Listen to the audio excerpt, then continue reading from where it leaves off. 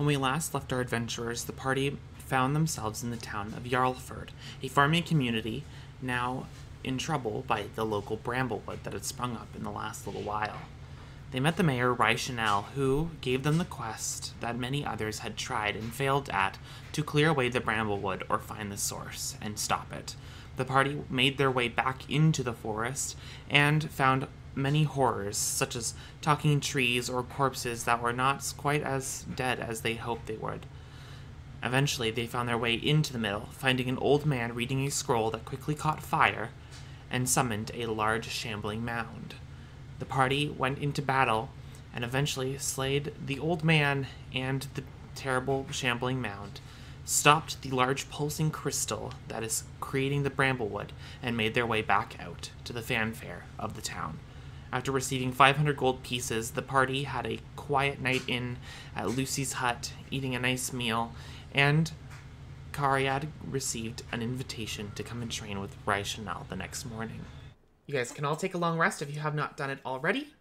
Just for podcast simplicity for the listeners, they are all level 3 now. So they have leveled up. We have rolled for health. They have gotten their various stuff. Morning comes to you all with birds chirping, a rooster cawing in the distance, and the farmers beginning their day. The day is yours. So, Freya's gonna get up and she's gonna go downstairs. Just start eating breakfast. A nice modest breakfast to set out. Fruits, a few vegetables, pancakes, bacon, eggs. If you want oatmeal, there is ways to make that too. Yeah. Ramsey will probably get up not much later than that and do a nice stretch and perhaps take shower, since he is quite sweaty from the day before on the bramble and does not wish to enjoy the rest of the day feeling sticky. Yeah, Declan's gonna go down and scarf up some eggs. Very hungry from yesterday. You're gonna scarf up the eggs. Scarf down some eggs. Then they're scarfing up later because he ate too much. I like imagining Tecton eats them and then scarf up like baby bird.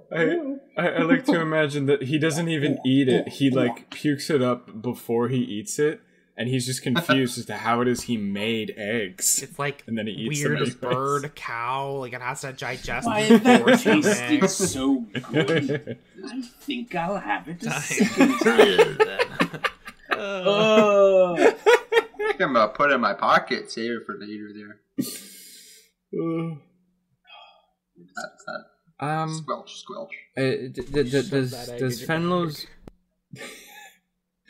Does Fenlo's room happen to have a window to the outside and whatnot? Yeah, it does. All right.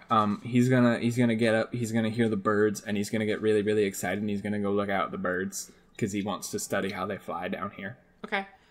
You look outside. They flap their wings. And it lifts them up. Make an intelligence check. Yay! It's intelligence. That's a 16. I forgot that this character has a intelligence bonus. You stare at them for a while. You see them dip and dive and eventually land and take birdseed or a worm from the ground. And then they just take off seemingly. The one thing that you're very noticeable about is they don't have arms. Their wings are their arms. He's looking down at his arms, just like, oh, jeez. Oh, man. Gotta cut them off. They built it halfway, you know? They were like, yeah, we're gonna make his bones hollow. We're gonna make him a real light boy. No, just give him arms. No.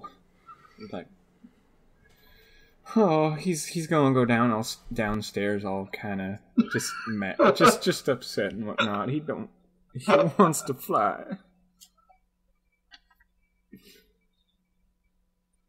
Just so disappointed. Yeah. So disappointed in the fact that birds still function the same way as they do up in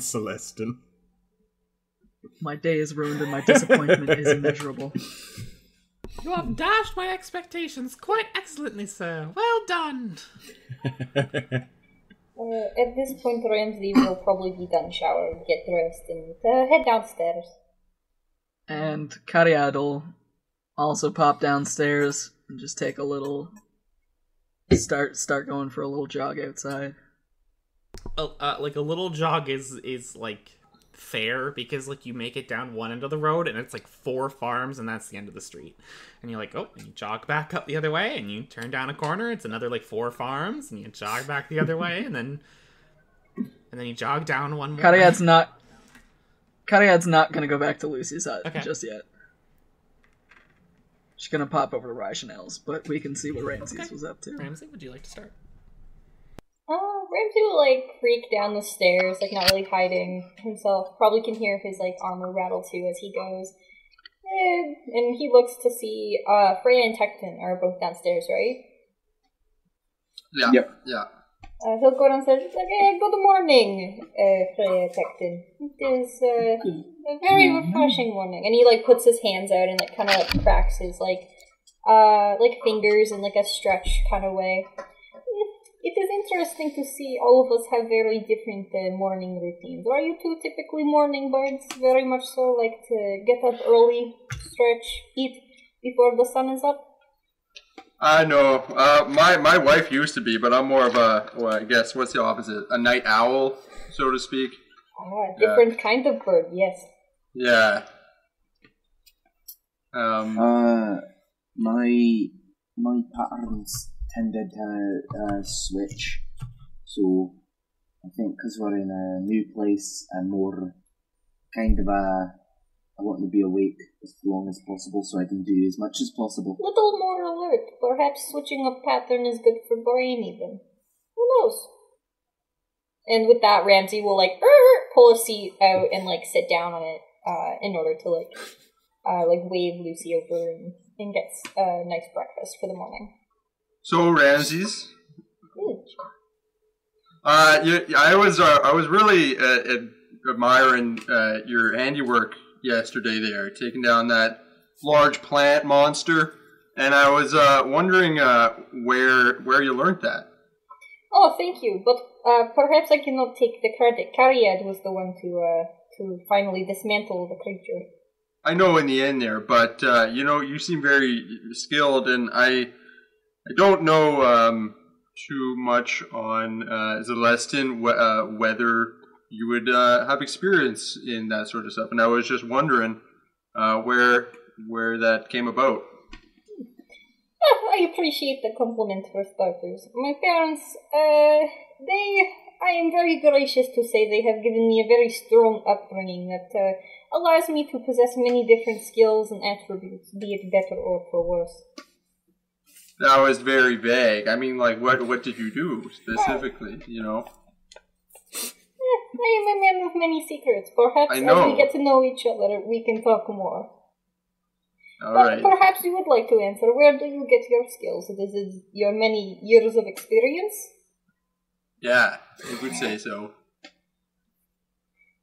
Yes. Listen, I've worked with stone my whole life. I know it like the back of my hand there. And it just gets to a point where, you know it so well that you can really get into its head, and it can get into yours there. And sometimes that happens to me. Yes. But yeah, why, you don't have to be so elusive here. And I think we'll find out eventually. And if it's anything shameful, I'm sure, that... Elusive? We'll just shameful? I have answered both your questions in full. Well, I do not understand why such confusion arises from the conversation.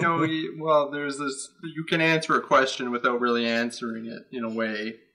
And I think you did that. But, hey, listen, we all got our stuff in the past. We don't need to go into it if you're not feeling up to it. I appreciate your concern for me. Thoroughly I do. And then he turns back and, continues eating. Tecton just, raises an eyebrow and goes back to eating. Freya enjoyed. Let's jump back if everyone's okay. Let's jump back over to Cariad. So, you make your way up to this large, well, it's not, it's big. It's a bigger house than most here. You go up to that kind of familiar, kind of like dark green door, knock on it. And unlike most times where you hear big footsteps, the door just like, ee! And there's, in like loose, kind of like baggy, like sleep pants, shirtless, the brown hair, you see the general store, like, worker. Like, almost looks a little, like, tired still, like it is in the morning. And he goes, hi. Hello. Is Rationale here? Yeah. Rationale! And, like, just screams out. And then you hear, yeah. The floorboards creak underneath. And then Rationale. What race is the general store human. owner? The tan skin. Okay. You see now that he's, like, shirtless. All the scars that kind of, like, led up through his neck and, like, on his arms, like, lead up through the whole of his body. He's been in a lot of scrapes. And Rationale kind of steps in. She looks pretty much just the same. The kind of different underclothing and, like, overclothing is, like, different colors and stuff like that. But her leather armor is still there. And she goes, Karyad. Come in. Please do step in. Thank you. And I'll enter. I'll respect their house. I'll take my boots off and The general whatnot. store owner, like, walks away. She goes, I'm glad that you're coming back to see me. Sorry if it's No, early. I don't sleep in. So you said something about training. Yeah, if you're interested. What kind of training? Depends on what you're looking for. Are you looking for combative natures, or are you looking to improve your ability to keep your weapon with you, or are you looking to delve into some magic? Well, I did drop my weapon. What do you mean, keep my weapon with me? Come with me. She kind of leads you to, like, around the, like, that main staircase, and she opens, like, what could be like a cupboard, but has a deep inset staircase down it. And you guys kind of fall into this, like, stone basement. And there's people in there, and they're here to murder. No, I'm just kidding. Karyad's gonna remark, well, this looks nefarious. And then she claps. No, right, she Nefarious. claps. And then, like, twinkly little lights just, like, fa, and they all come on and, like, illuminate the room. And you see, like, a little training area, like, set into this room. There's a little, like, inset area for fighting, like a little fighting pit. There are various different weapons down here of different varied makes and kinds. There's, like, regular long swords, and then there's, like, elven long swords. They look very, like, plain. They don't look like they have runes or anything on them, but they're there for training. And she kind of jumps into the pit. If you're ready, I'll show you what I mean.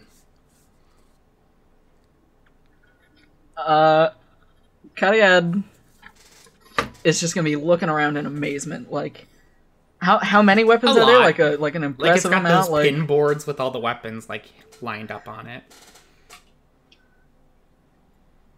Karyad will just look at her own armaments, of which she has quite a few herself.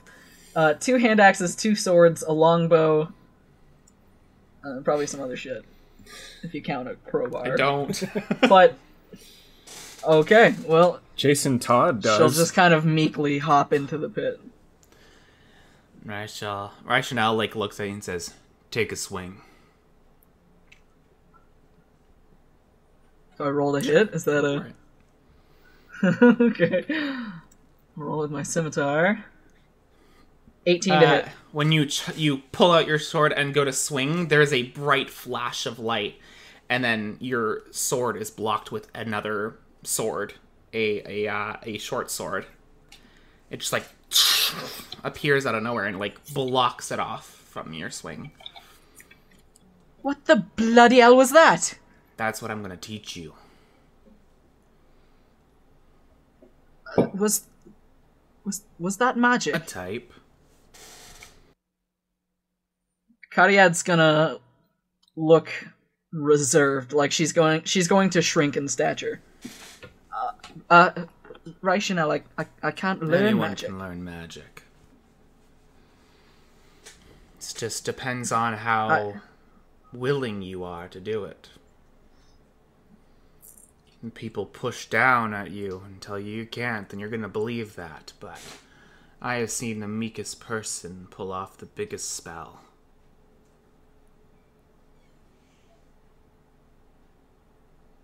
I mean, I'll try. All right. What precedes is probably a couple hours. I thought you were gonna say montage. This is a montage.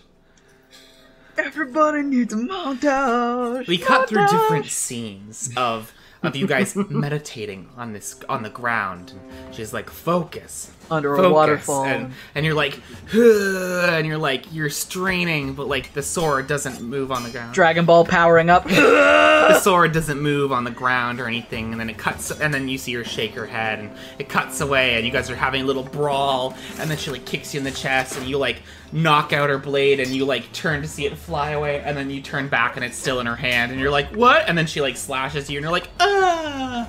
And then people of Jarlford, lend me your and then power. you get pushed down after you say that, and she's like, wrong. Shit. And then we cut back to you trying to like, and like strain, and then the blade like jiggles a little bit, and you're like, oh, and then it like stops completely, and she's like, she shakes her head again. Every so often, more of the blade moves, or what follows is another piece of training as she knocks the blade out of your hand, and you have to like scurry to get it, and she like blocks every exit of this fight that she can possibly can to stop you from picking up your blade. And then as you're tired, the sweat is pouring down your brow. You have to push back your hair, and it stays because you're just so coated. And then it comes down to a all-out fight where she is doing everything in her power to overpower you, and she like knocks out the blade and then stops you from moving, and you try and crawl away, and she strikes you again and pins your shirt into the ground, much like the shambling mound you did yesterday. And as you like go to block an upward swing, you like and it and your blade comes to your hand, and you just barely block this blow. And you have done it. Cariad will look at the sword in her hand in amazement, and then meet Raishinel's eyes. Don't let down your guard, and she goes again. Is that a surprise roll on me? It's a montage. Okay. Still part of the montage. After you guys have like towels and drinks are brought down. And drinking a tall glass of milk. She goes, it takes some time, but the more you get used to it, you can do this to other blades. I can do this to more than one. You should be able to. And then she'll look at the short sword on her other hip, like she's already planning. Because this gives you a lot of capability in combat. The ability to bluff your way into situations where weapons might not be afforded to you. Maybe you can use this to make sure that you have an easier time getting back in the fray if things go wrong. Right, I absolutely already see the tactical advantages. She takes a sip of her lemonade that was probably brought down, and she looks at you, and she goes, now that this has been shown to you, you have the ability to cast magic. I can't show you necessarily everything. There's a wide world out there. And I believe you have a friend who is more or less willing to show you how it's done. Kariat immediately starts shaking And as she looks down to her hands and tears well in her eyes. she looks at this. She doesn't make mention of this. And Rational goes, "Don't ever let anyone put you in a box. You are the only one who can say what you can or cannot do. Don't let yourself down."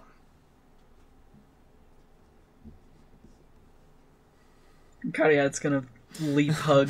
She Rational. very gruff hug. There's like a pat, but it's not like, oh man, like it's not deep and crushing. It's not like Yeah. a coddling, but just like Camaraderie a hug. Yep. A respectful respect. hug, yeah. Eventually you guys make your way upstairs and you find yourself at the front door, and she says, "If you and your party ever find your way in this area again, stop by. Thank you. We will. Remember what I said." I will. Seriously.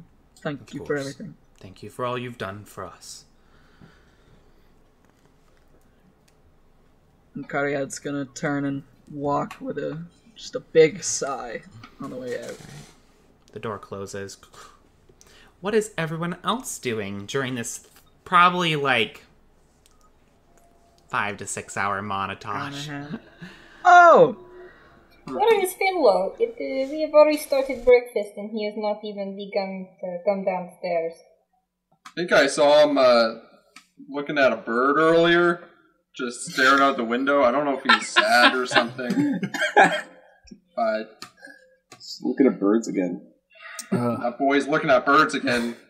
That is It ain't right. I don't know if that's a normal thing to do, but that's what he's up to. Well, as far as I remember it, up on Zelestin, whenever I would see Finlow, he did like bird watching. I saw him when he was a young boy. I think he liked watching birds. It's a perfectly respectable hobby. Listen, I'm not trying to get him down for it. It's just kind of strange for a boy his age to be looking at birds all the time instead of be getting a job. Perhaps we I don't know can why I'm on his Finlow ass a few today. more minutes to look at birds, and then if not, I will go up and get him so that he will do something else so that he can look at birds. Sure. Yeah. In the meantime, what are you folks thinking about our next destination, and more of our larger plans? Because I do believe we need to have a sit down with all of us when Cariad comes back from her run there. Well, there's Wollowford, who told us about. The shopkeep made it sound Like it would, undesirable.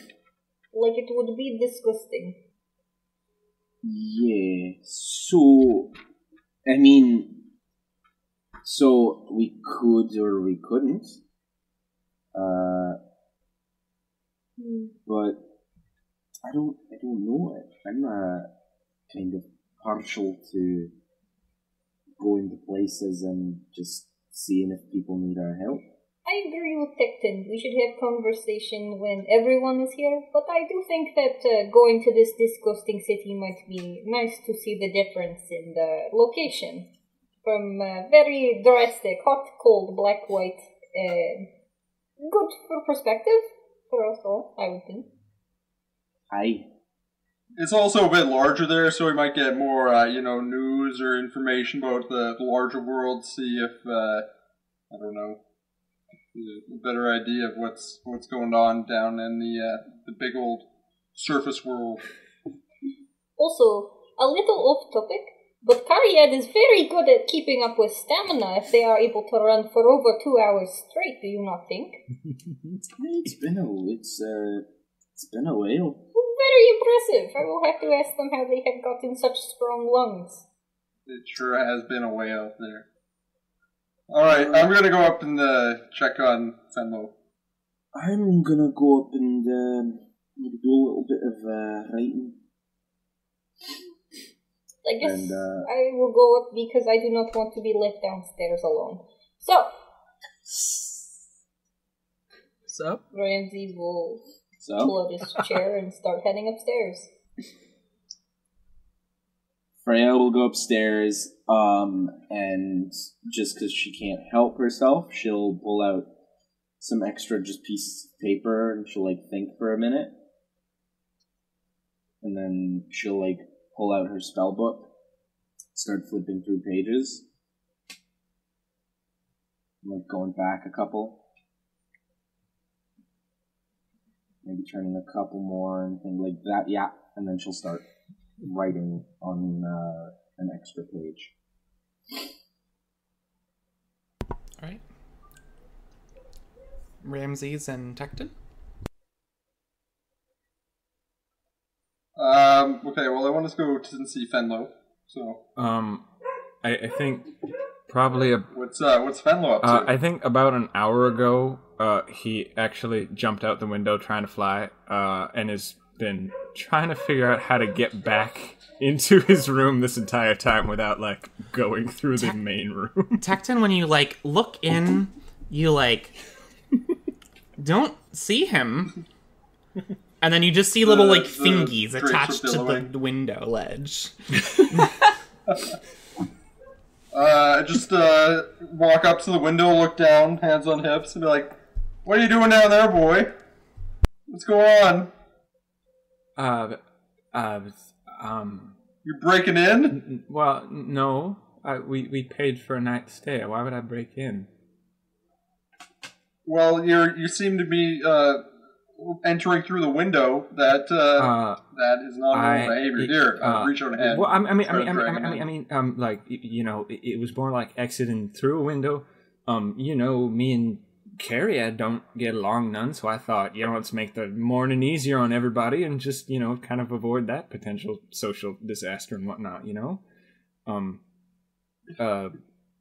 Well, sir? Listen, I don't want to get into the hot gossip and drama of the group here and conflict with Cariad.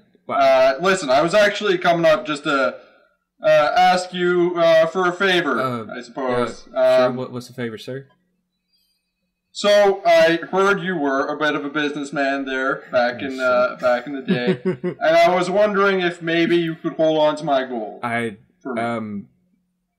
That's less of a businessman and more of steward type job thingamabob there. But I can totally do that. Just make sure to remind me what the amount is and whatnot. Otherwise, also, would you mind stepping away from the window so I can climb back up? Oh, yeah. Come on in. Can I climb back up easy enough? Yeah, you can climb back up. Can you do a backflip? No, I ain't doing a backflip. What kind of crazy nonsense do you think I'm capable of? Just making sure windowsills and whatnot are nice and secure. Just inspecting them. Yeah, Very normal. Very, very normal. Yeah. So, I take out a bag of gold, and I have 111 pieces of gold, and I give it to Fenlo.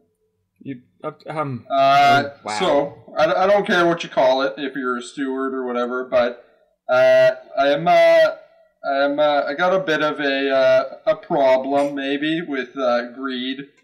I'm fine with my problem with vanity, but if my problem with greed really comes back to bite me, then we're not gonna have a fun time with this group here. There you go. Is this like a thing where you're like, hey, I need gold to pay for health potions and whatnot, and then you take it out? Am I a bank? Yeah, potentially, but you could also just use some of mine there. No. To everyone in the group there, Fenlo, I believe I trust you the most. So I'm very satisfied with this. I mean that's a very nice compliment, sir. But like, what about Miss Freya and Miss Cariad and Mr. Ramses? Well, everybody other than me, Listen, Fenlo, don't worry about them. You got the gold, all right? Oh, okay. All right. How much was that again? That was 111 PP. Okay, 111. All right. Also, I start to walk out the door, and we're meeting down there to discuss some bigger plans. So whenever you get a chance. Oh yeah. Thank you, sir. Yeah. Knock twice on the door, and then go back to my room. Why did you knock twice on my Okay. Ramses, did you want to do anything while you were up here because you didn't want to be alone? The plan backfired. Ramsey walked into his room with his hands on his hips, looked around for a second, realized it does not matter if he is up or downstairs. There's still no one here, so he will go back downstairs and spend time with Lucy. Okay. She goes, "Hi there." Hello. Breakfast was delicious once again. Every Thank day you you. impress me furthermore. Well, with I guess your abilities. I'm very flattered. It is kind of what I do, day in and day out. I can tell you are very skilled. Well, thank you. What are you up to? You guys moseying on soon, or are you guys gonna stick around? Me and my new friends, I do believe we will be heading out rather soon. We have not made any official plans, but the inkling strikes me that it will be probably today at some point. Well, that's great. You can go and help other people in their needs. Yes, I'm very much so looking forward to that. I am very excited about the different experiences we shall get from, experiencing. I am tripping over my own tongue. Well, I mean, the world is a good place to get experience. So, especially. What is your opinion of there is a town close to here. Walliford? Yes, that is the one. What is your thoughts? It's okay. It's more of a town if you want to go in, like, gamble and party. It turns people off really quickly if you're not into that kind of thing, but if you like seeing a bunch of drunk people have a decent time, being drunk or high, it's a great place. If you want to try and win some money, it's a great place. They have some good inns there, but mostly it's just, it's bright. I know Jamie doesn't like it. He's the one that owns the general store. He had mentioned his distaste for it very thoroughly. Yeah, he mentioned his distaste for it to everybody that he meets, honestly. But yeah, it's okay. I've been a few times. I go with some gal pals and we hang out and then we come home pretty much like day after if we can get a place. So it is very much so not a very far journey away, which is kind of nice. Yeah, it's a good day trip. Yeah. Well, thank you very much, Lucy. Yeah, not a problem. Would it be possible to get something to drink, perhaps something a little more flavorful than just water? Sure. Coffee? Sure, yeah, definitely. And she goes about brewing a pot of coffee for you. Yeah. Eventually it's brought out and she sets out milk and cream and sugar for you. And many thanks. Yeah, not a problem. He drinks it probably black. Yeah, okay. She goes, so when did you guys start adventuring together? We have known each other, we have known about each other, I guess, for all our lives, but adventuring together, no more than a few days now. Oh. But we work very well together in a group, I must say. Well, it must have seemed very lucrative for you guys to just drop everything and start then. Oh, we definitely drop, yes.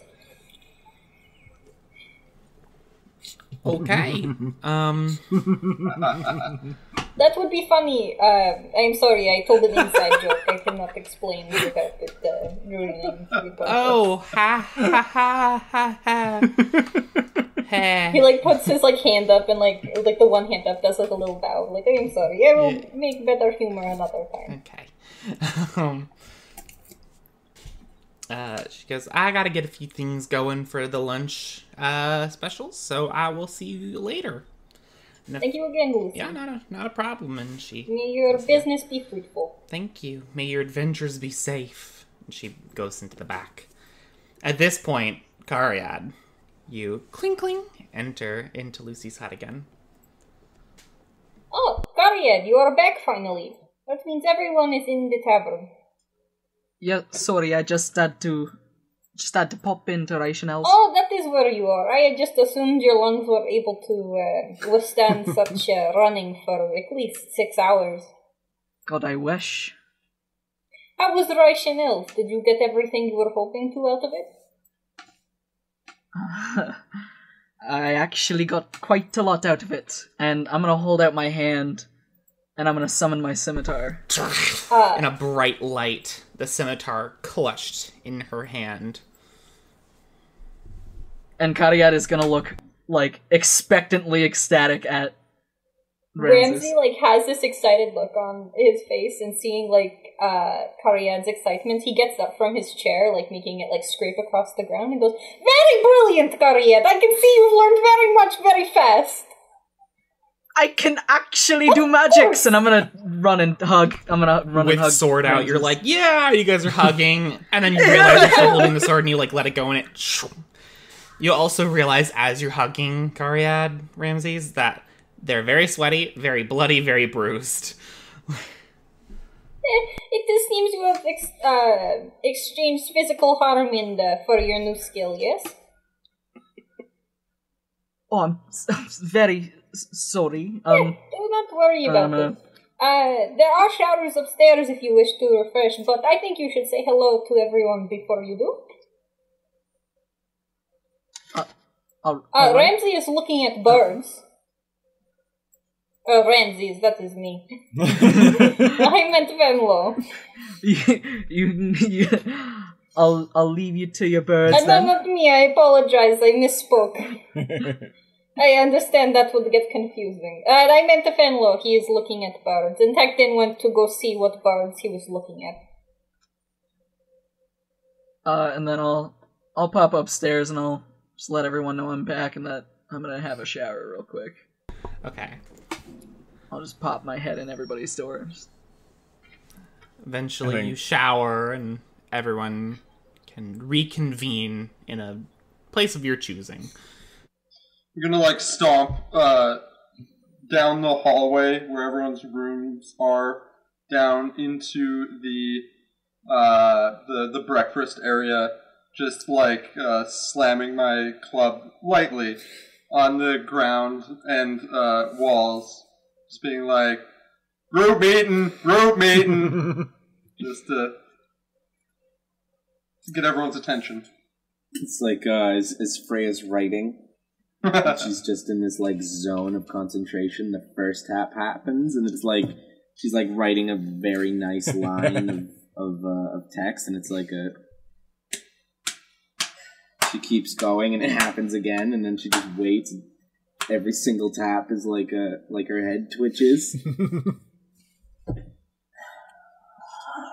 She'll get up and she'll stretch her back. She'll gather up her papers and her spell book, and she'll start to head down too. Oh, you just love making noise, don't you? Yeah, that means you too, Freya. Get your lazy dwarven arse down here. And I want to sit at the large breakfast table and wait for everybody. Cariad'll go sit down. I think at one point there's a small scream, and then Fenlo walks in the front door covered in hay because he jumped out the window again. Oh, boy. Oh no, there's no hay, honey. You take 6 points of falling damage. Oh. You hear, crunch, cling, cling, and then Fenlo stands in the doorway. Did I land in pots? No. What was the... I think the crunch was you. I thought the clang was pots that I landed in. I was like, oh, dang. Yeah, Lucy leaves all her dirty pots outside and she rebuys them. That's really why Like her, Every pants? day. her Every business day. is falling. Ah. It's failing. She keeps spending the money. He's A guy in a green shirt comes up by and smashes them every day. he's gonna cast prestidigitation on himself so he doesn't have any of last night's food on him and walk in the front door. Hello. Good afternoon. Oh jeez. I don't know. Discord. Goodbye, Ben Lewis. For those who can't, you can't see what we're doing, but we're just said, "Good afternoon," and Jack left the call. Sorry. I Hello, you forgot. paused there for a second. Was me saying good afternoon so scary? You Uh, froze. Well, I mean, I wasn't expecting to see all y'all at once. And social anxiety kicked in. Hi. Oh, people scare you, I see. Perhaps we can do No. meetings more one-on-one at some point. Perhaps you are like Bird. What does that mean? You'll live forever, but God, your heart's weak. You could fly away at any moment, perhaps. I don't. Figurative speech, of course, but you understand. Anyways, who was knocking on the floor and whatnot? I could kind of hear it when I was bird watching. That was me. Is everyone here? I'm counting 1, 2, 3. Cariad looking pretty rough. Jeez, did you go back in the forest there? No, actually, I went to Reichenel's. Oh, alright. Well, you can tell us about that They later. have gone to Reichenel's and they have come back so much more powerful. I have It'll very do it to exciting news. Oh, yeah? What's that? And then Kariad's just gonna summon her scimitar again. Holy cow. I've been taught out to do magics!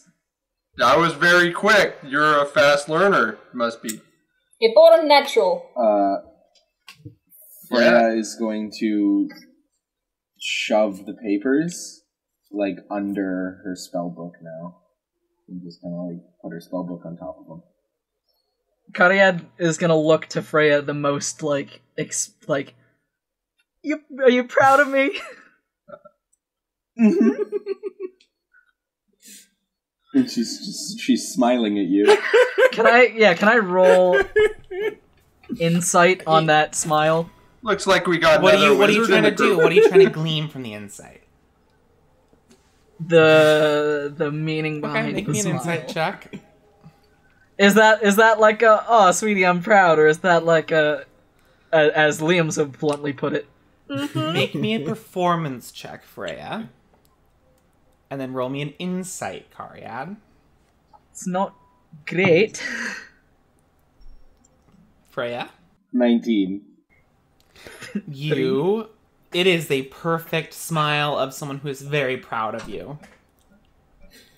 I'm gonna run over and hug Freya. Oh, alright. With the sword out again.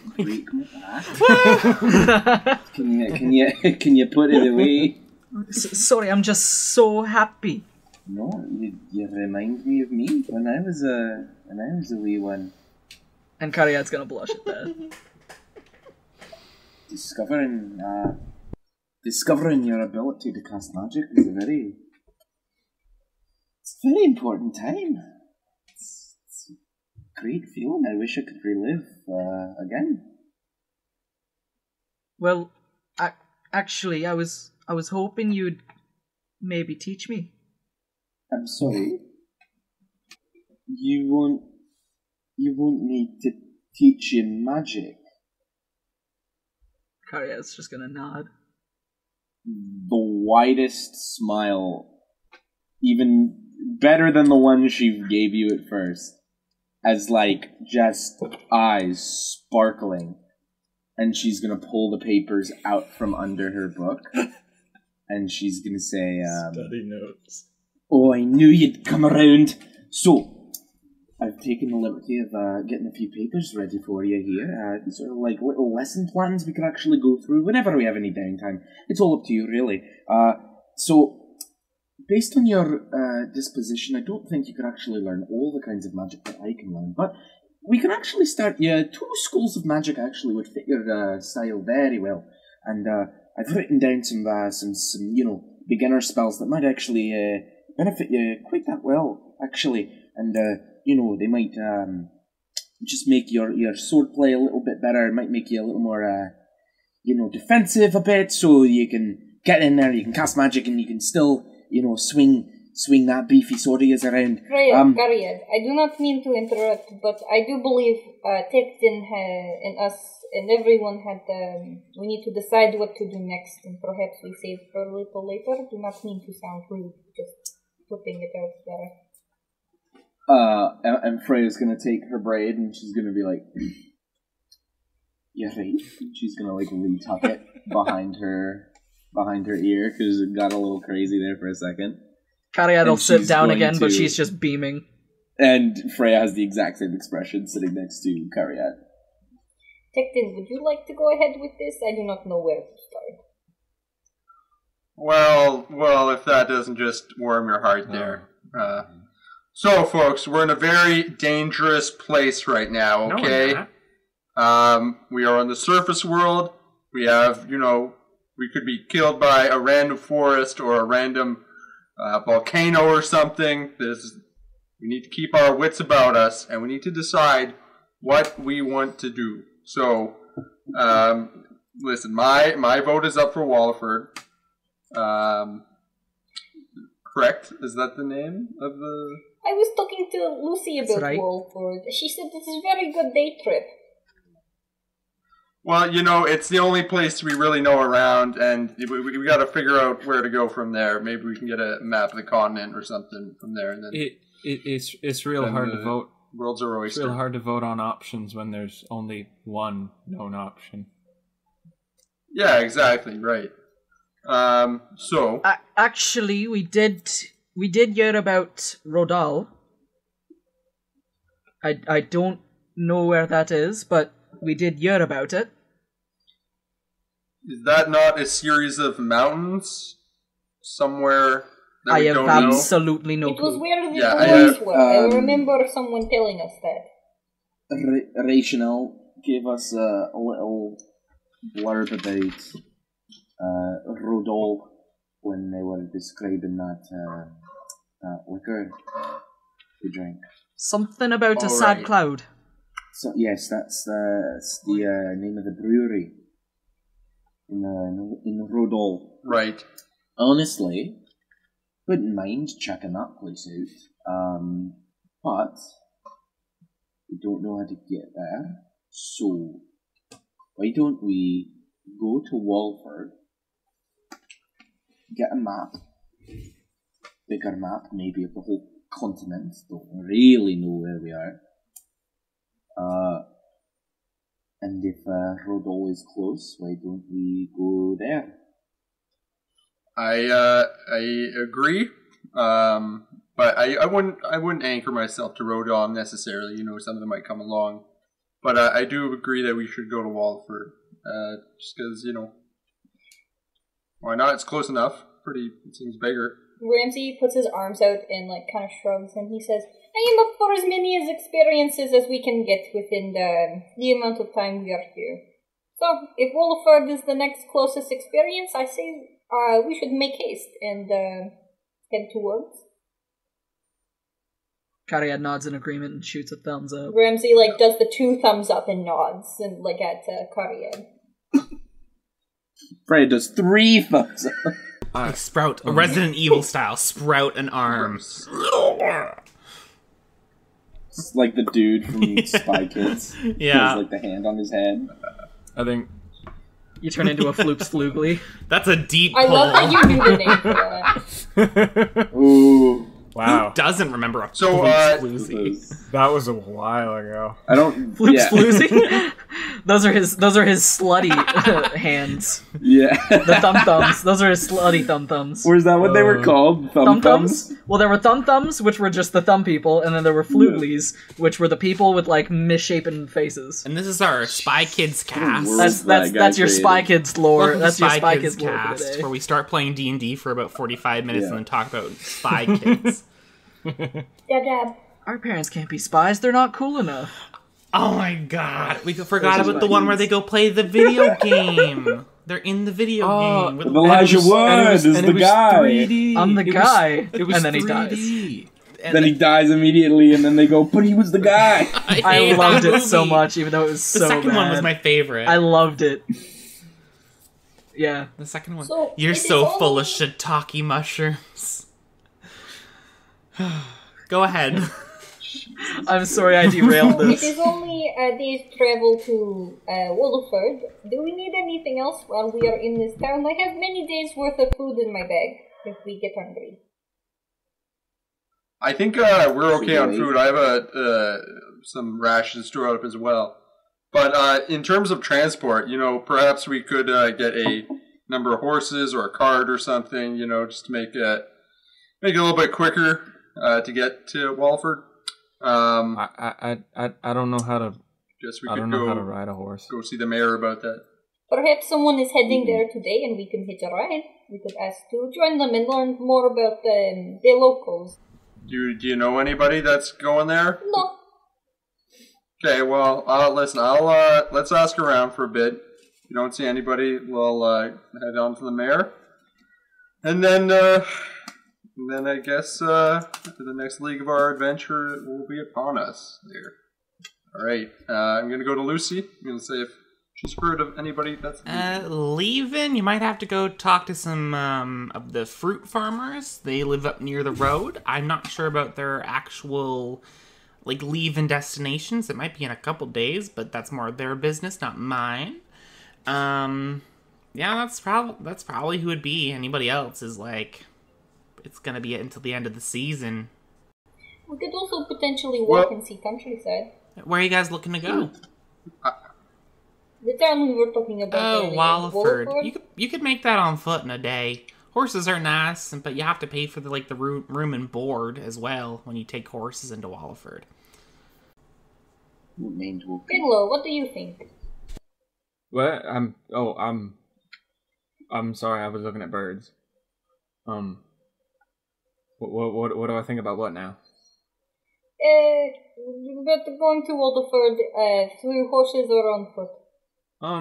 I mean, she did just say that, horses are expensive and they'd cut the time, but we just got gold, But it's your call. Your call. I vote we walk. Hey? I'm alright with walking. fine. Okay. All right, adventurers. Is there anything you guys would like to prepare for? If Fenlo could maybe catch Miss Freya at one point, just because he saw that she was writing papers and she had her great big spell book out and whatnot. So she might be the expert on what he, I assume, found this morning. His Book of Shadows. It is a physical book. Yep. I assume he had. Okay. Yeah. Okay. Do you want it to be in a physical book yet? Yeah. Okay. Yeah. Maybe with less shadows though. Sure. It's a bright yellow if at all. book with a red spine. Hey, it's pretty. Hey, Miss Freya and whatnot. She's still scribbling down just new, and she's got pen papers now at this point. I think she kind of looking in your direction but still writing. She's like, So you know all about spells and books associated with them and whatnot, right?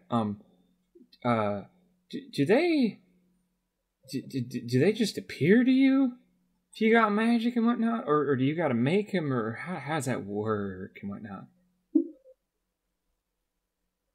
Well, I've had to study very hard for my magic throughout my life. This isn't something I know for some people. It's something they can just do, and it just sort of comes to them. But no, my books never just came to me. I had to read, I had to study, I had to write a lot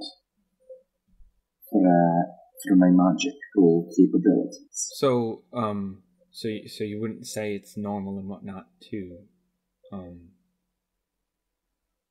I just, there was a novel and whatnot in the general store, and I was reading through it, and they were talking about how a book appeared before somebody, and I thought, oh man, that's weird. Maybe Miss Freya knows about this. Yeah. Does that sound like anything I might have heard about? That fiction story that Fenlo was talking about. Yeah, I don't know. She reads a lot. Check. Maybe she read about it. 16. 16. Like in just general terms, books randomly appearing have happened in history. There are definitely like magical tomes that appear in front of people and, claim to give them ultimate power, or can kill people by simply writing down their names, or tell stories, or like give information when you whisper into the spine and stuff like that. I saw the play adaptation of that last one. I'm so sorry. It was okay. I'm so sorry for your evening and the time wasted. The guy who played the demon was good. Yeah, fair enough. So you're saying this book just appeared to you? No. And he's gonna point behind Miss Freya and just say, "Man, that is a weird-looking bird." Try to distract her for a second. Make a deception check with disadvantage. Oh no!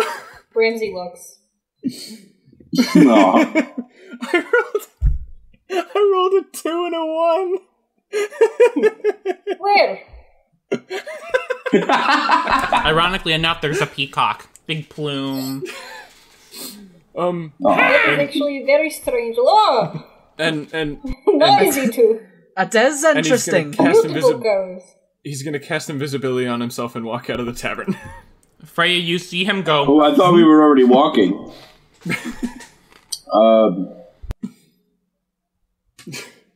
Is there now just a floating book? Anything that's holding turns invisible. Freya saw all that. Can I cast? Yeah. Can I? Yeah, I was looking right at you. Yeah, I don't know. Alright, that's... Well, I definitely know you're not a wizard. You don't know that? Oh, dang it! Looking at the NPC. I forgot that he was invisible. He's 2 feet away from you. Don't worry, love. Don't worry, love. I know you're not a wizard. But your magic definitely comes from somewhere. Now, you mentioned this book. Well, and at this point, he does like fade back to visibility. It's that's fiction writers, crazy stuff. Right. And if you've read the stories like I have, you'd know how dangerous those stories are. Don't you? Say that so somebody say that somebody didn't have time in his busy schedule to read all them books. What is the typical ending to those stories and whatnot? Well, these books that come to these people promise them unbelievable power, and I understand that for some that's quite a tasty carrot to dangle in front of them. But it comes at quite a price. And I don't think that's a price most people can pay. So, I'd say to you, be smart with what you're doing. Well, look, the book didn't even promise me. Wait, no, sugar. Okay. All right, I'm gonna. I'm not blaming you. I'm not blaming you. I'm not blaming you. I'm just saying, be careful. Just be careful. Even my magic, and I've been doing it for a long, long time. If there's one thing you take away from my advice, magic is dangerous.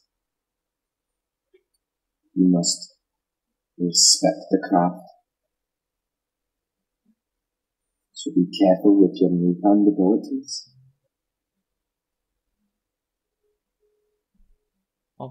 Otherwise, I'm very happy for you that you've got these powers. You've kept me from going down a couple of times, and for that, I'm very grateful. So I won't say that these powers don't have the possibility to be used for good. And knowing you, I think you're on a good path. Just learn to recognize a bad path when it's given to you. Alright?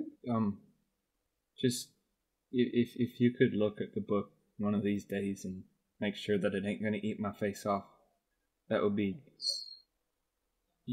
When we bed down tonight, if you want me to look at your book, I can. Okay? Mm-hmm. Thank you. Go get ready. Mm-hmm. We're almost leaving. No, but yeah. And he's gonna run up to his room and get his stuff. Mama Freya strikes again. Make sure you have your coat.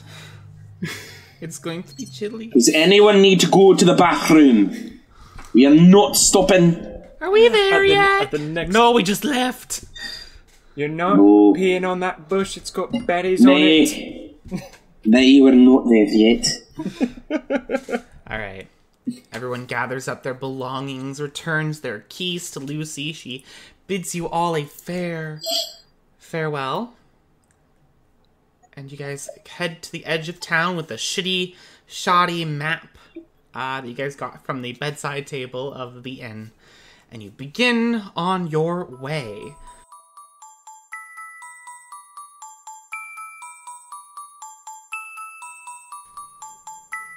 Hello, everybody. Welcome to the interim of the Chronicles of Gaia podcast, Session 3, Part 1. I'm your friendly neighborhood dungeon master, and I'm here to just plug a couple things that are helping the podcast to actually be a podcast. But first, whatever platform you're on, it would be really appreciated if you took the time to subscribe or rate or like. It really helps push the podcast forward and get it out there in its full span of what it can be. If you want to follow our socials to find out any new updates or when new episodes come out, I know it's been pretty sporadic lately, so it's best to follow us on Instagram at cog.rpg, and Twitter is just cogrpg without that period in the middle. Now, to talk about some of the people that are actually helping with the behind-the-scenes aspects of our things. The theme song, the outro, and the midst is done by our wonderful friend Elk, and you can find them at Lord_Elk on Twitter, Elk_Lord_Art on Instagram, and for commissions, you can find them at Elk_Lord on Kofi. You might also want to go and find the cool character art and the thumbnail that makes up the podcast, and that was done by friend Sieron Thomas, and you can find him at the Shockwave48 on Twitter to commission him for cool other fun projects that you may be having. Lastly, there have been a lot of music that I've taken from tabletopaudio.com. It is run by a person named Tim who makes hundreds of tracks for your tabletop RPG games, and you can support him on patreon.com/tabletopaudio. All of his songs are amazing, and we've been using a lot of them, and he releases a ton of awesome new soundtracks all the time. So be a part of the thousands that make up his fan base, and go give him a follow and a like. All right, that does it for us this week. Thank you guys so much for waiting for the next episode. I know it's been a while because life happens. But I hope you guys like the rest of the episode. It's pretty fun for us. Wash your hands, wear a mask, and I will see you guys next time. Goodbye.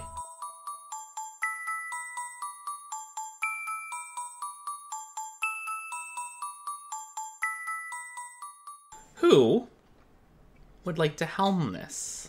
I will go first, if no one else is taking the opportunity. All right, Ramsey. I'm gonna cast guidance on them. I'll hand my map to Ramsey.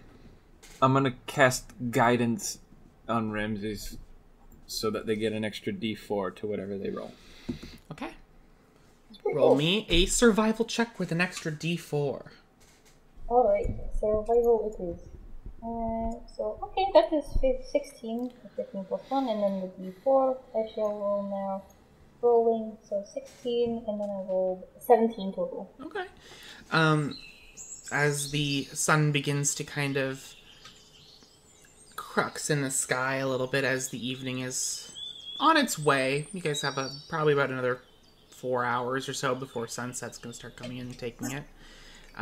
You guys begin to head out, traveling to Walliford. You guys start on this very, simple grass fields, kind of rocky path that's been traveled for a while. You guys walk and walk and walk. Bird passes. Ka! Ka! See that one? Yeah, no, I saw that one. I saw that one earlier. Qua! Qua! What's the name? I named that one Jerry. Oh. After the old man. After the man we killed. I mean, it was a vulture. I thought it was a real ugly bird, so you know. You're naming birds after the men we killed? I kind of like that. That's a little It's very They metal of generally live you. on in a safer form than an elf. It shits on Tecton. I'll cast prestidigitation. Oh my! I'll cast prestidigitation to make sure that it's all cleaned up and stuff. But I am gonna snicker under my breath. Hate the fucking surface world here. It's always getting There's me just down. so much shit everywhere. Why is the ecosystem so diverse here? There's peacocks and vultures. Oh, I like that bird. All these fucking peacocks. I do not know how you noticed it so quickly, and no one else did. It was bright blue and green.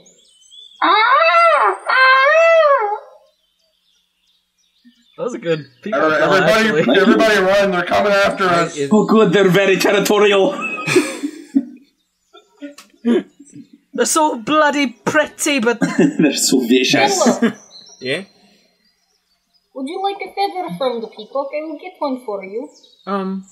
No, that's good. He needs them more than I do. Okay. And Ramsey looks back down at the map and keeps going. Kario puts her longbow away. I'm gonna immortalize my mother in this podcast forever. So this is a quick DM side story.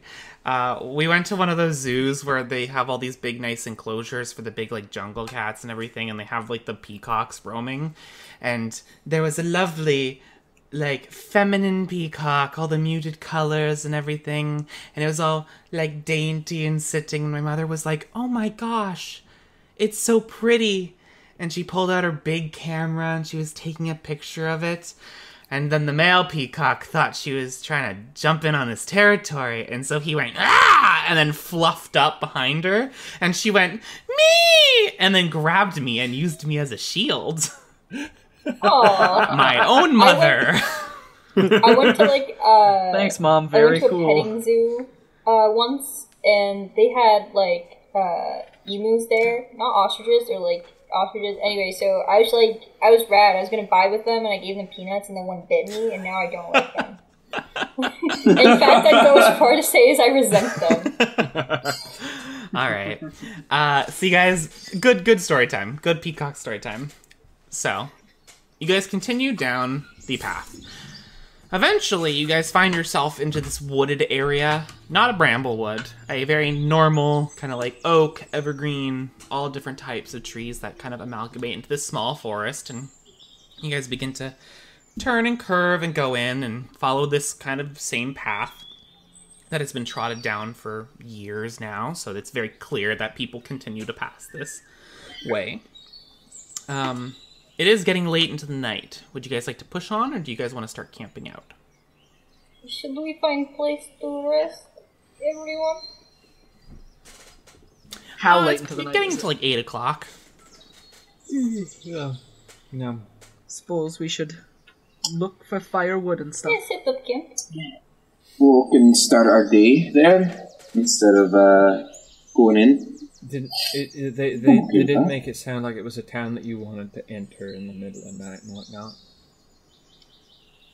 Fair. I have a Yeah. candle to help us start fire if we have a match anywhere if we light it. You don't I even can, you I don't can even just- use the match on the kindling. Yeah, You just light the it's- match with the it's candle just and the then candle. campfire. Survival. I take We don't need to worry about fire starters. I kind of am one. Oh, perfect. Karyad's gonna look at her tinderbox and just go and huck it over her shoulder. those are I expensive. will go get firewood then. And Ramsey, and he turns to Fenlo and says, Fenlo, come with me get the firewood, yes? All right. I ain't very strong, but sure. Since they're going to get firewood, Karyat, would you like to perhaps take your first lesson? Karyad's gonna Alright. Alright. So, do you know the difference between cantrips and spells? think I've heard of that, Alright. but I'm not entirely sure. Alright, that's absolutely fine. So, and she'll pull out her wand, and she'll carve, with, So with the wand, she'll put it up to her ear, and she'll point at Karyad, and she'll say, "Now, what I'm doing now is I'm casting the cantrip message." And she'll stop. And she'll do it again. And then she'll stop, and then she'll do it again. She'll do it about 5 times. And she'll say, and then she'll throw in a firebolt and a blade ward. And for firebolt, she kind of just wheels her wand around and fires it into the sky. And blade ward, she actually quickly crosses an X across her chest with the wand.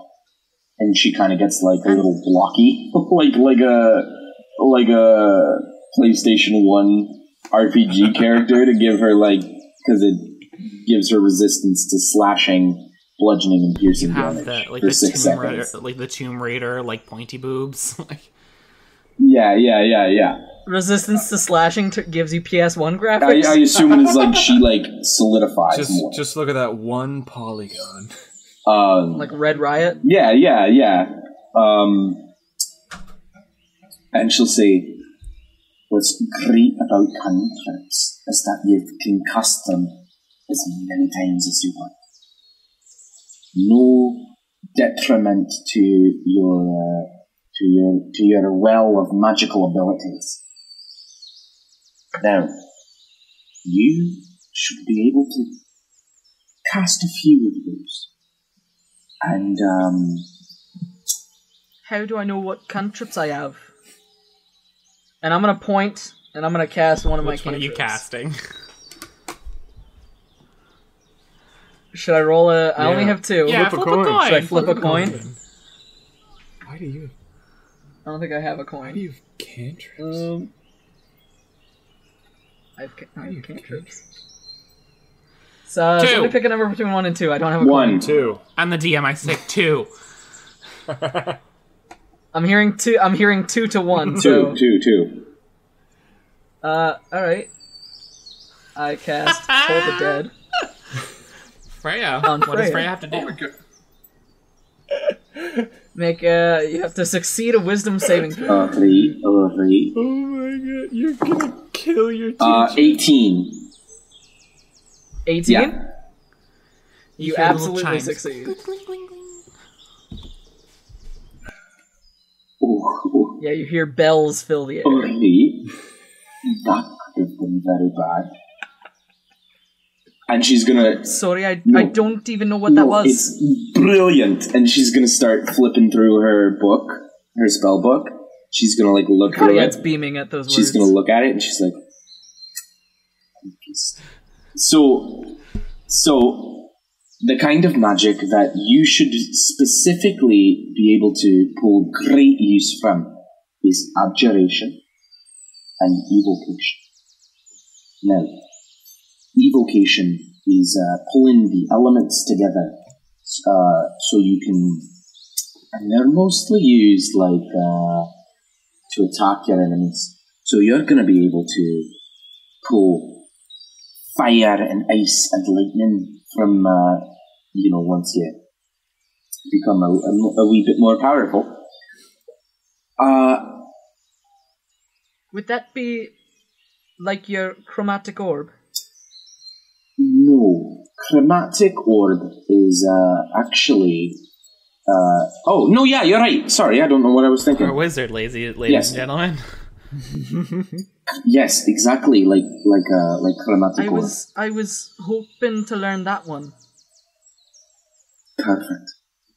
And she's gonna pull out a small, like, not small, but like a bag, like a satchel that she carries with her. And she's gonna say, now, wizards can choose between what they use to cast with. And one of them is a spell focus, and she'll hold up her baton wand. And she says, all this does is it just supplies the need for these. And she'll pull out the bag and open it, and it's just hundreds of different pouches. Cantrips don't really need components, but to cast Chromatic Orb, you need one of these. And she'll pull out a diamond, like a small diamond. I'm used to playing D&D without needing components. I know it kind of breaks magic, but I forgot. Only components. diamond Don't or worry about only it. gold worth components you need to use. Yeah, well, for a Chromatic Orb, it's got to be a diamond worth at least 50 gold. Yeah, gold costing component, yeah. Yeah. So I have a spell that takes up rope that won't be necessary. Yeah, As long as no, it you'll doesn't need say, like, rope for 25 it. gold pieces of rope. No, it says it'll consume the rope. Yeah, so then it consumes the... Well, okay, never mind then. Anyway, so she'll hold up the diamond and she'll say, now, it's been a wee bit since I've... I actually don't have the spell prepared today. But the basic gist of it would be you focus on this diamond. And by summoning the magical ability that's within you, that's actually within everyone. You would do this. And she shows you with the diamond the movements of the hand and the words needed to cast Chromatic Orb. But nothing happens because she doesn't have it prepared. And she's like, that's actually pretty good because I don't want to actually expend my spell slots. But if you have it prepared, you try it, and you will shoot Chromatic Orb. Should I try it? And Karyad looks excited. There's a creeping smile growing on Karyad's I face. think you should definitely try. And she'll look around and she'll be like, try hitting that tree over there. Maybe don't use fire. Maybe use cold damage. But try hitting that tree over there. Practice the movements. That was the words I taught you.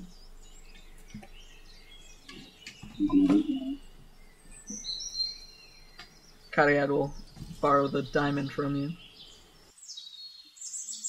And I'm going to cast Chromatic Orb on a tree.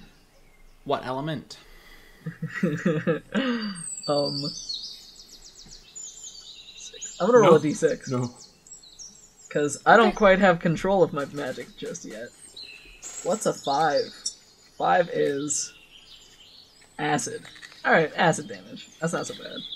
So you take the diamond and you tentatively say the words that Freya has said, and like in an instant, just like, and it splat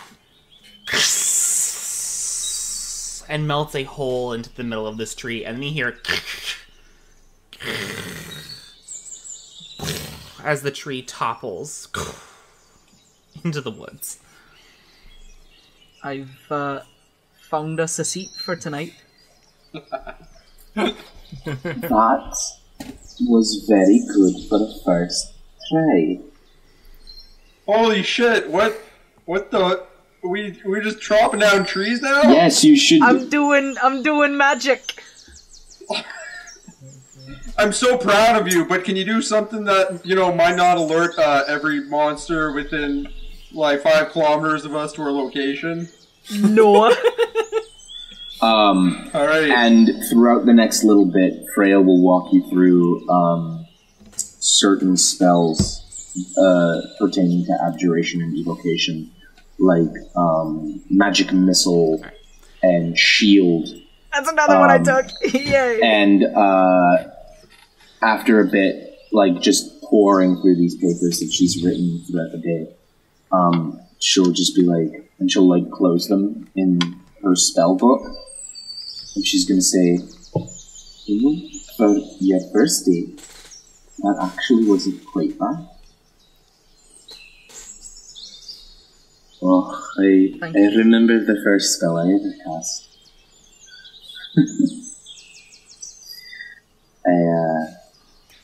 I had just gotten my one. My dad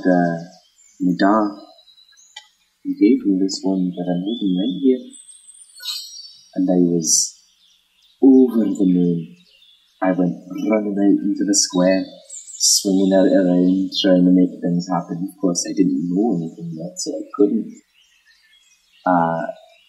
But then I flipped it in a certain way, and I shot some sparks out. And I was amazed until I realized that I had hit a little boy with it. And his pants caught on fire. He was okay. They weren't crazy sparks, and the boy ended up being my husband. It's the first time we ever met. It's very lovely. Magic is a great thing, Ariad. You do a lot of things. You can bring people together. You can protect those important to you. You can also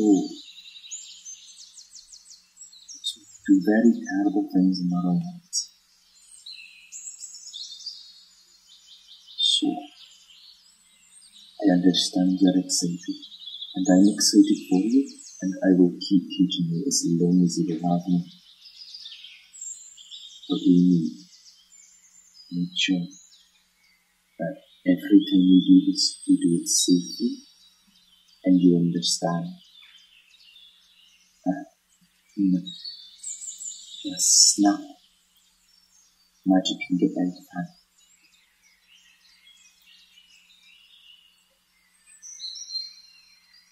Just want you to know that I'm very proud of you, and I look forward to teaching you some more.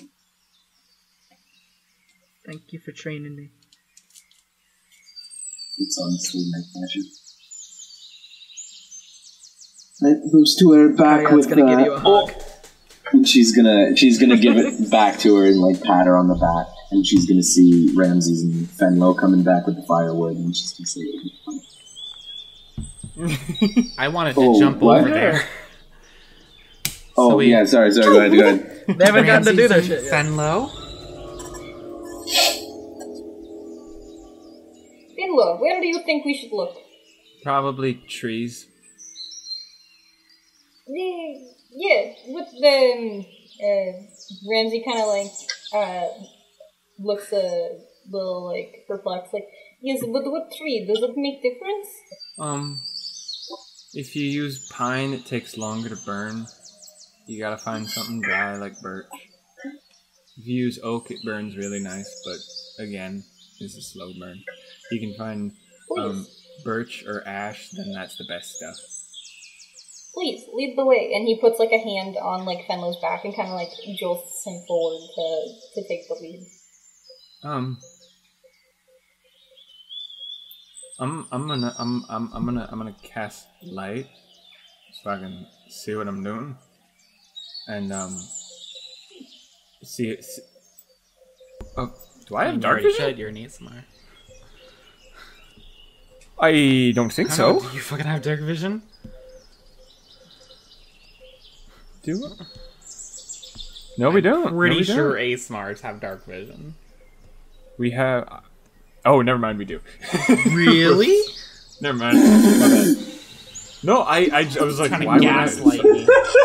It gives me the Pretty much everything but humans. It gives me the ability to cast light as a cantrip. I thought, why would it give me dark vision if it gives me something else to see in the dark with?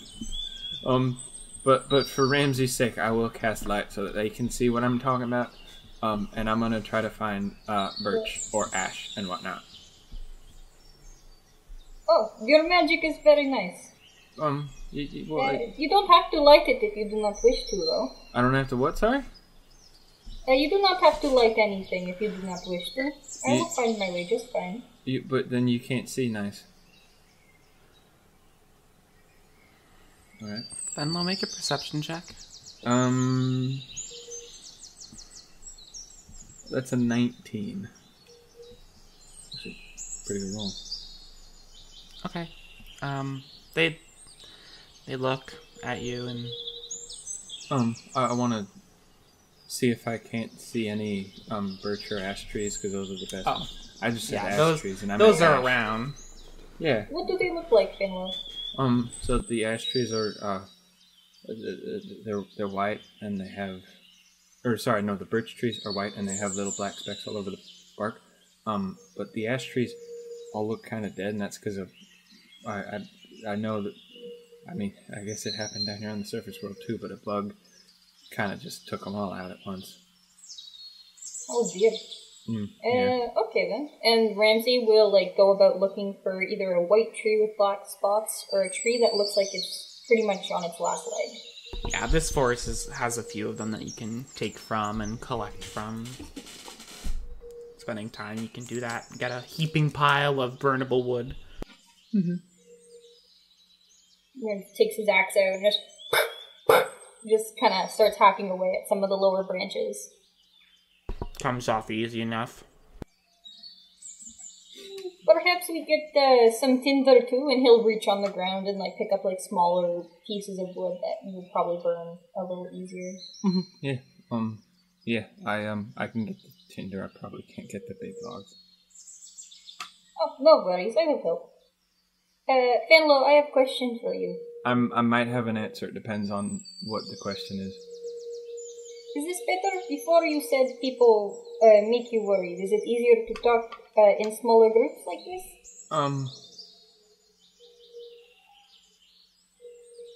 Remember and how... Ramsey just kind of looks at you with this very relaxed expression. Remember how I said I might have an answer? This is one of those instances where no, I don't have an answer. Okay. It is okay. Take your time to think, and maybe one day you will have the answer to tell me. And he just kind of smiles at Fenlo, and then walks back towards the group. Alright.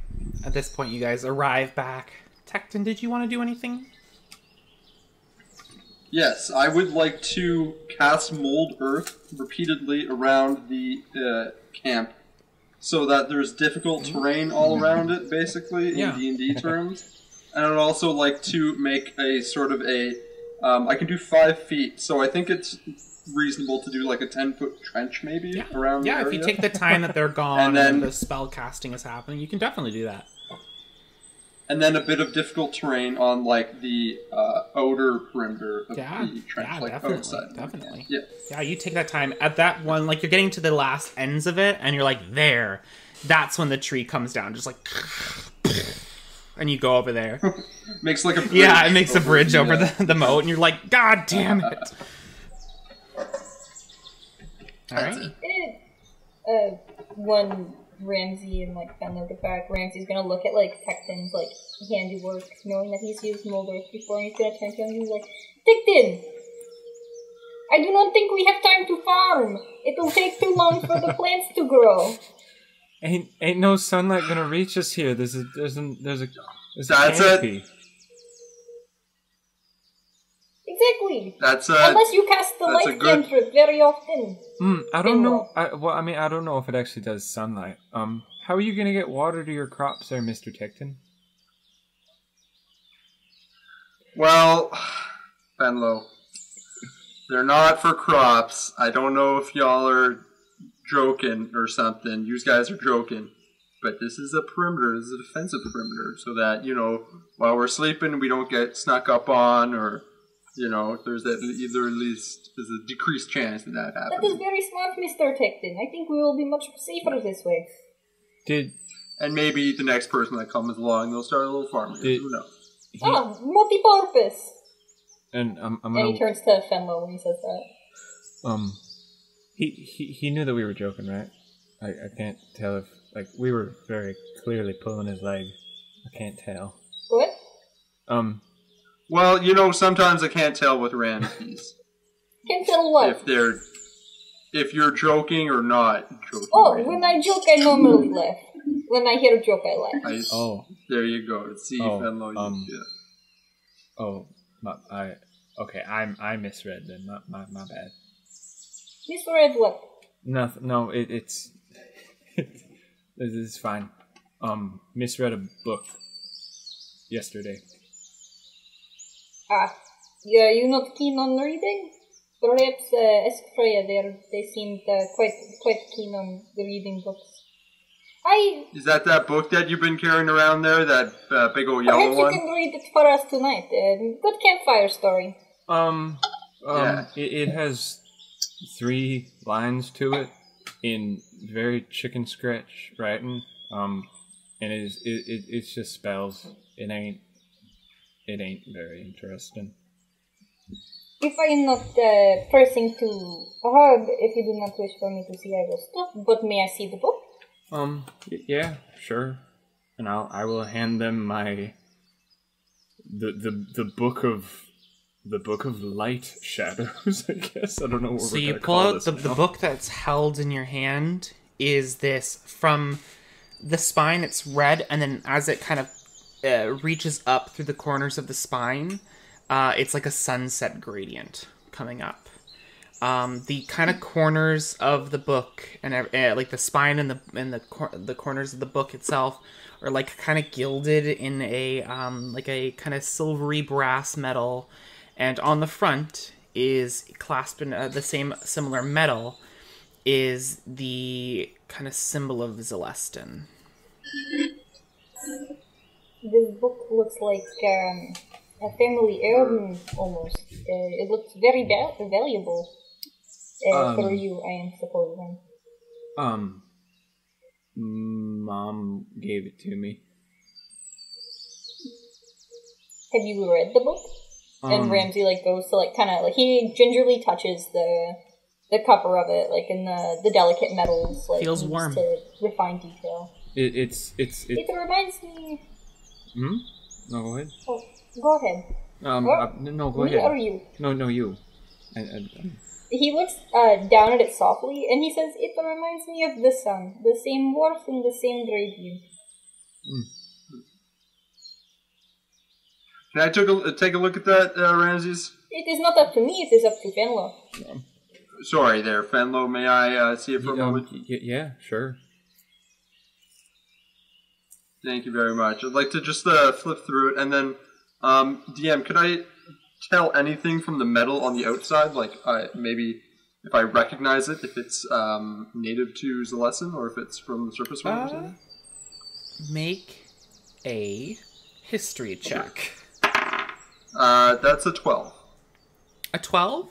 It looks like very simple brass, not very polished. They had brass up in Celestin. It doesn't seem like it's anything most notably like they've mined it or they created it there. It just seems like simple metal. It's a well-made book. There you go. You have it back there. Thank you, sir. Would you still like me to identify it? Yeah, just flip through it, make sure it's just a good quality book. Yeah. Alright. Well, this is and she'll happening. take the book. No, nothing. While this was happening, Oh, I thought you Ramsey's said gonna start putting wood on. Sorry, Ramsey is gonna start putting wood on the fire pit and setting up Sure, you can start setting up a fire. Yeah. Freya's gonna crack her fingers, and she's gonna take out her wand, and when she's gonna turn each page of the book with the tip of her wand, and she's gonna call over Cariat, and she's gonna say, "Now this is a ritual spell. This is one you can cast as many times as you want, as long as you take the time to cast it. And if you'd like to watch, I can show you." And she'll start flipping each page and tracing the lines of the pages with her one tip. It doesn't take her very long since there's only 3 lines. But she'll keep flipping the book over, inspecting it with her wand. Every now and then she'll say some words. And as the 11 minutes pass, she casts Identify on the book.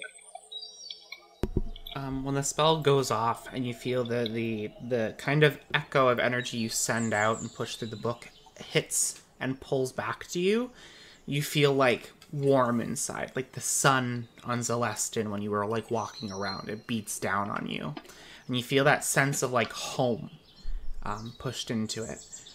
And it's a spell book. It's just a spell book.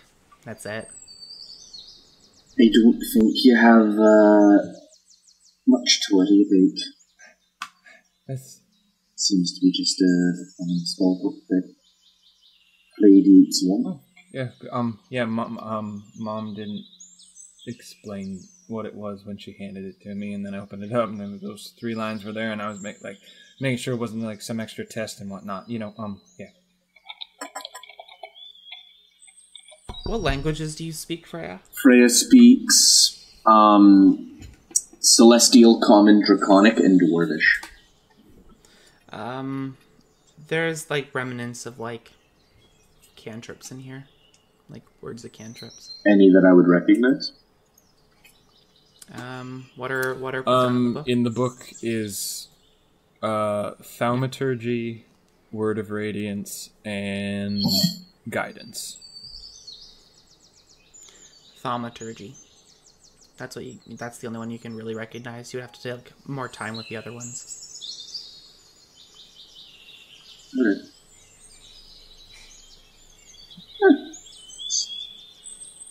It's a good book. Alright.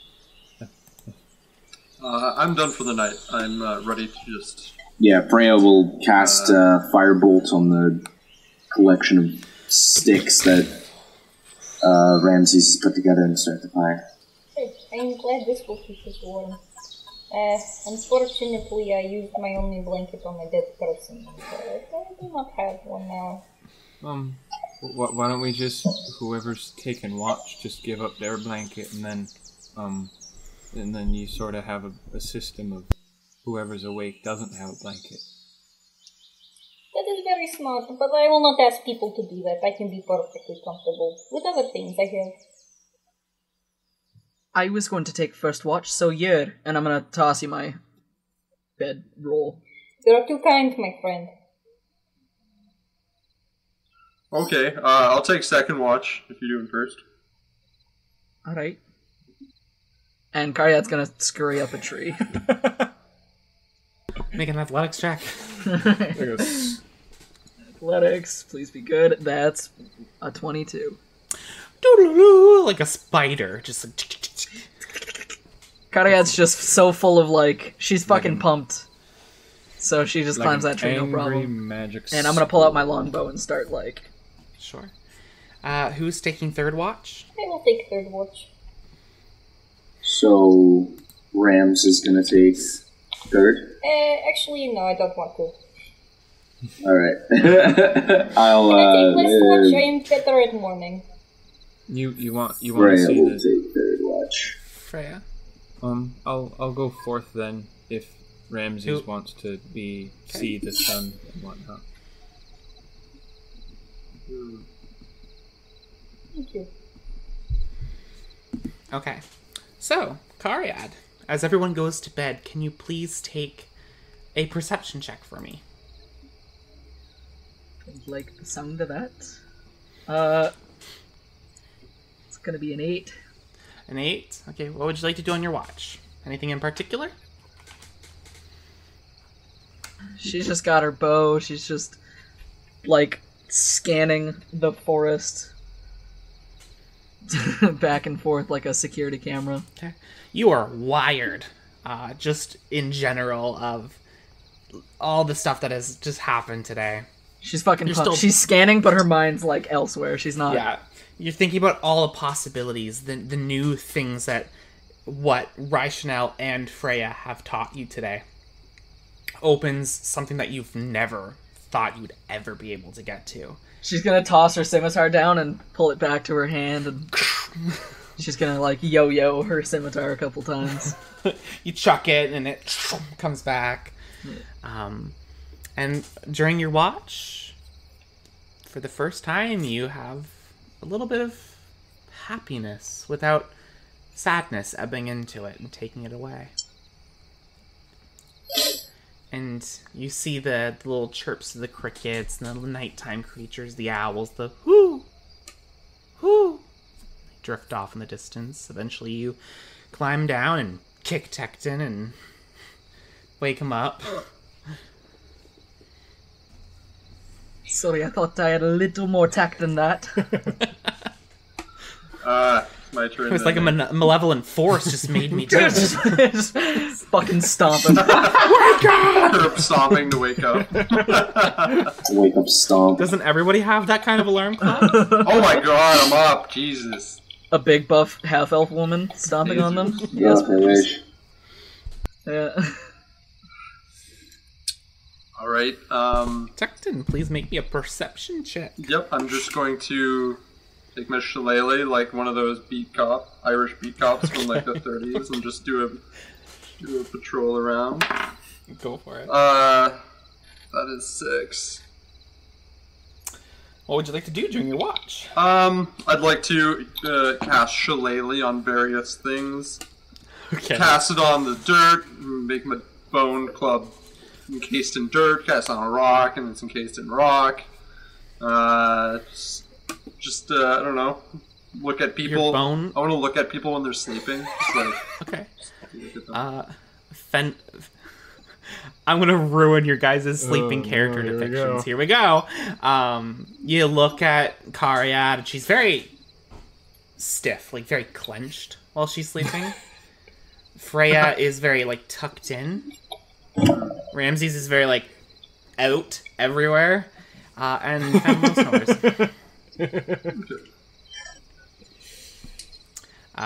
And your bone by the end of your watch looks less like a bone and more like a diorama from a second grade habitat project. Oh, it's just a bunch of different debris. Yeah. Was that a jab at me, Dungeon Master? By the way.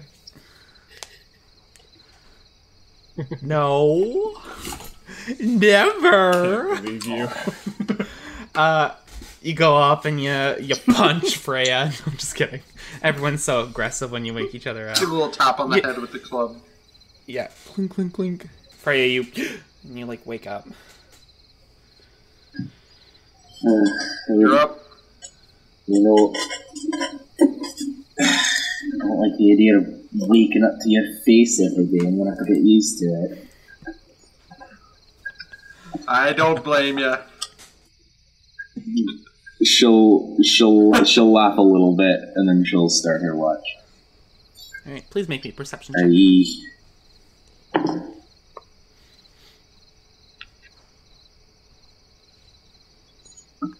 So many low rolls, I'm assuming, with your 2 face. minus 1 is 1. Okay.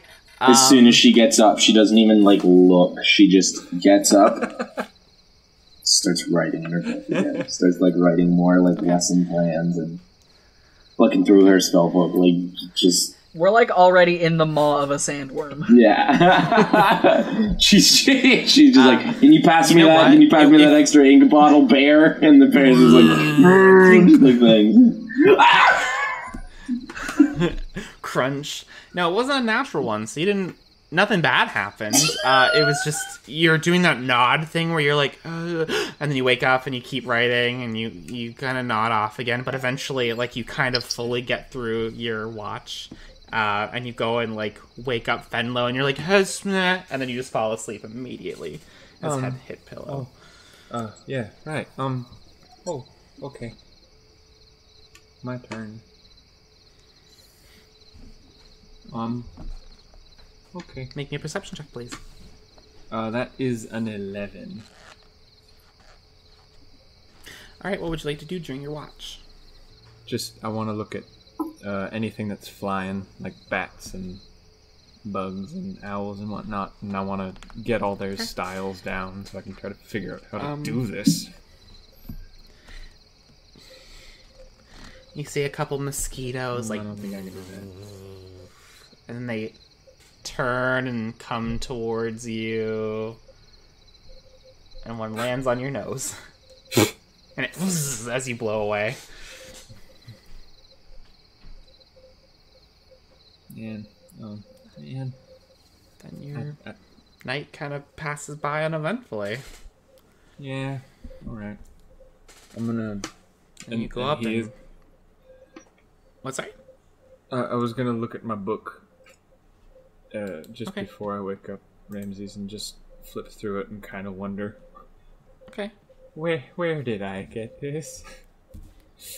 All Why right. do I have this? Sure. Who gave this to me? Yeah, all great questions. I'm not gonna answer. No, You wake I up, know. Ramses. Hi. I don't mean to bother you, but morning. I don't mean to bother you, whatnot, but yeah, I believe it's your turn to watch him. Yes, of course. And Ramsey kind of heaves himself up. With his forearms and standing, stretches his back a little. Ramses, on your watch, when you are woken, you sit and watch as the sun kind of rises up through the horizon.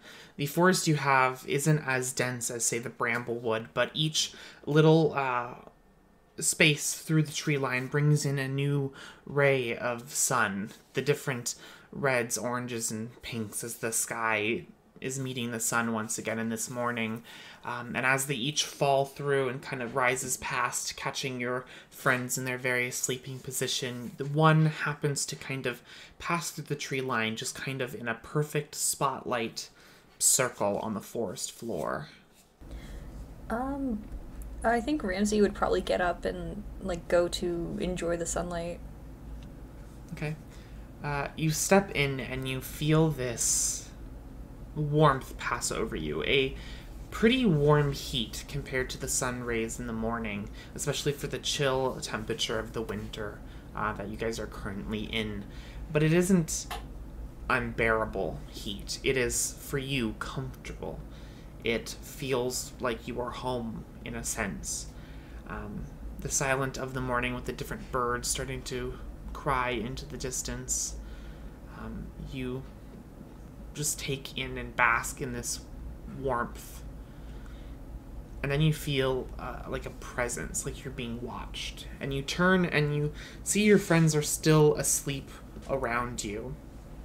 But there's this lingering sense of being watched. And when you turn back to your original position, you see almost like a silhouette has appeared in the morning rays of light. And no matter how much you squint or try and focus on that, they just remain enough obscured out of view that you cannot get a full picture. However, you can tell they are stocky, muscular, long hair, and they do have, as they unfurl, 2 large sets of feathery wings. Okay.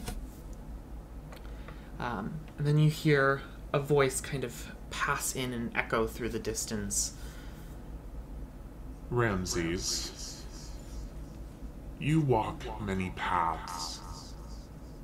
You walk one as a destined council member to your kingdom, and you pass as something more sinister, and you also pass in through his warmth and light. But your faith can only carry you so far as a warrior for the Dawnfather. You must create your bindings to him to show your faith is put in the right place. Take a knee, Ramses. Ramses looks a little shocked for a second, but doesn't question this and drops to a knee. Show us how you intend to keep to your word. Show us your word is your bindings. Ramsey takes a heavy inhale and exhale. His shoulders drop into a relaxed stance, but his face remains serious. And he says, I will accept the wisdom of any that will offer it, and I will also rule for the good of the many and not the few. I will right any wrongs that bring justice to those who need protection. And that is my binding. That is how I will stay true to the Dawnfather. We trust that you acknowledge that this path has many laws, and these laws are what garner your bindings to this world. The law is paramount. It is the mortar that holds the stones of civilization together, and it must be respected. Do you understand this? I will not stray, I understand. Loyalty, your word, this word is your bond. Without loyalty, oaths and laws are meaningless. Do you understand? I understand. Courage. You must be willing to do what needs to be done for the sake of order, even in the face of overwhelming odds. If you don't act, who will? Do you understand this? Ramsey swallows. I understand. Responsibility. You must deal with the consequences of your actions, and you are responsible for fulfilling your duties and obligations. Do you understand? Ramses looks heavy at where the eyes of this silhouette would be, and again he says with absolute certainty, I understand.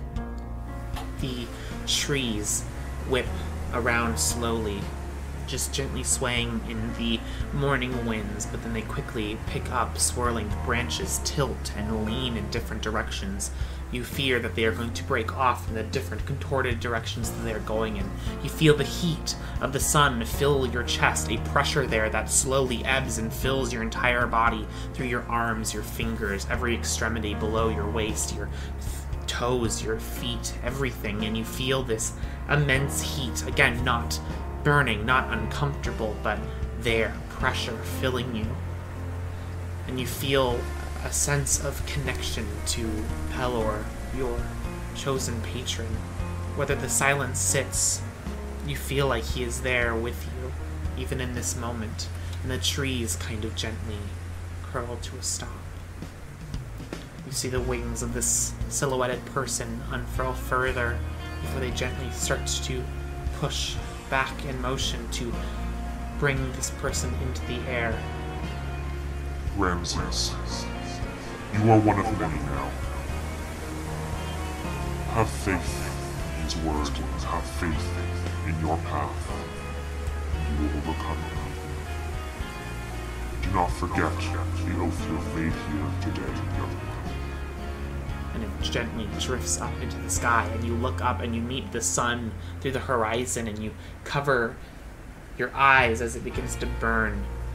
And when you blink, the sun is less harsh and the silhouette is not there anymore. But there is a small sense of foundation in your being.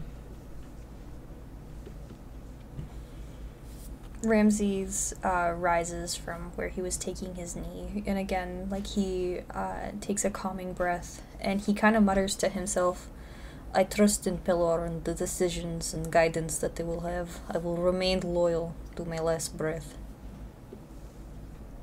Okay. And you make your way back to your group as they are beginning to stir and rise.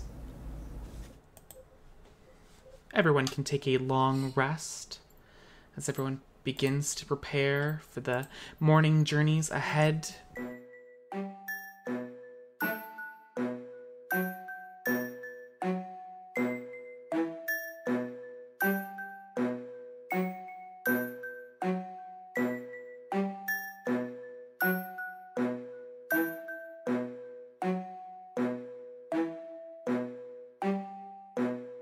Uno, dos, tres, Choice? That's a pretty choice word. No, choice. quattro, That's fucking choice. That's pretty choice, man. I tell you cinco, what. All right. Hi, everyone. seis. Welcome. Oh, hi. Shit, Yeah, started this is recording. recording. Welcome back, Intrepid Heroes. Oh boy.